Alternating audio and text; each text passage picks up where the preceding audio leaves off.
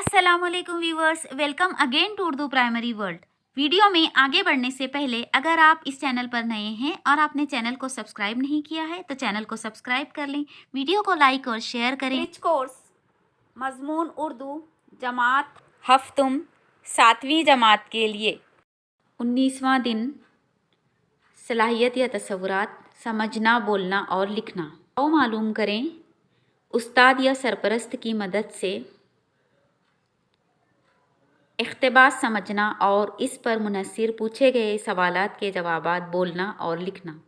पहले इख्तिबास बगौर पढ़ें, फिर सवाल पढ़ें, उस पर गौर करें और अपने अल्फाज में इन सवालों के जवाब लिखें।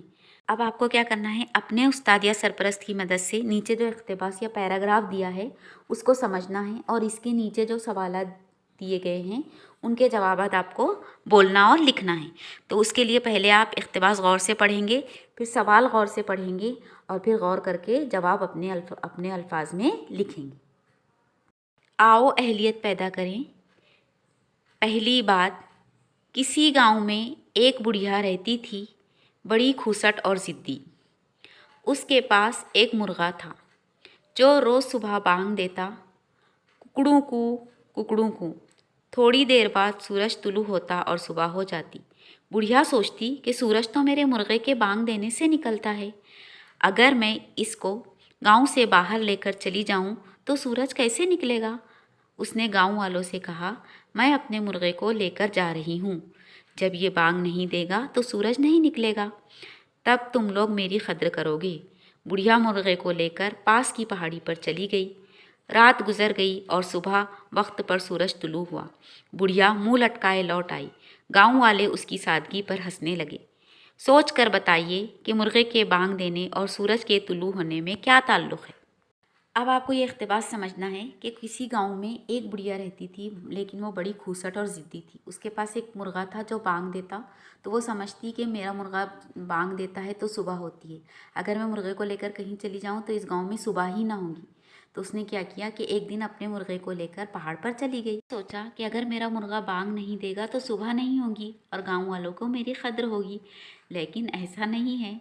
बुढ़िया जब मुर्गे को लेकर पास की पहाड़ी पर गई तो रात तो गुजर गई, लेकिन सुबह अपने वक्त पर ही तुलू हुई और बुढ़िया मुंह लटकाए आ गई और सब लोग उसकी सादगी पर हंसने लगे। होता यह है कि जब सुबह होती है तो मुर्ग बांग देता है, लेकिन बुढ़िया क्या समझ रही थी कि मेरे मुर्गे के बांग देने से सुबह होती है। फिर में आपको एक सवाल दिया गया है, सोचकर बताइए कि मुर्ग के बांग देने और सूरज के तुलू होने में क्या ताल्लुक़ है। तो देखिए इसका जवाब, सुबह सूरज तुलू होने पर मुर्ग बांग देता है, यानी सुबह होती है तो मुर्ग बांग देता है, ये ताल्लुक़ है। आओ मश्क करें। सूरज के तुलू होने का मंजर 5 सत्रों में लिखिए। तो आपको सूरज के तुलू होने या सूरज के निकलने का मंजर 5 सत्रों में लिखना है। तो आइए लिखते हैं। नंबर 1, सूरज मशरिक़ से तुलू होता है। नंबर 2, सूरज निकलने का मंजर बहुत ही खूबसूरत होता है।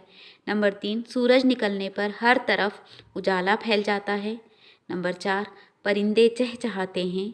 नंबर 5, सूरज निकलते ही सुबह की ताज़गी का एहसास होता है और नई खूबसूरत सुबह का आगाज़ हो जाता है। तो ये है सुबह के मंज़र के बारे में 5 सतरें। अगर आप चाहें तो ये भी लिख सकते हैं, या कुछ और चाहे तो आप कुछ और भी ऐड कर सकते हैं, जैसा आपको सुबह का मंज़र दिखाई देता है या कैसा आप महसूस करते हैं, कैसा आपको दिखाई देता है, वो आप लिख सकते हैं। आओ तख़य्युलाती बने या चैलेंज।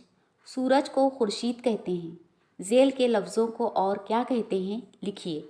नंबर 1, चाँद को। नंबर 2, रात को। नंबर 3, बाप को। नंबर 4, खुदा को। और नंबर 5, आसमान को। तो चलिए आइए लिखते हैं। नंबर 1, चाँद क़मर, रात शब, बाप वालिद, खुदा रब, आसमान फलक। तो इस तरह एक्टिविटी नंबर 19 ख़त्म हुई। Keep practicing, keep watching. Thank you, जज़ाकल्लाह खैर। अस्सलामु अलैकुम।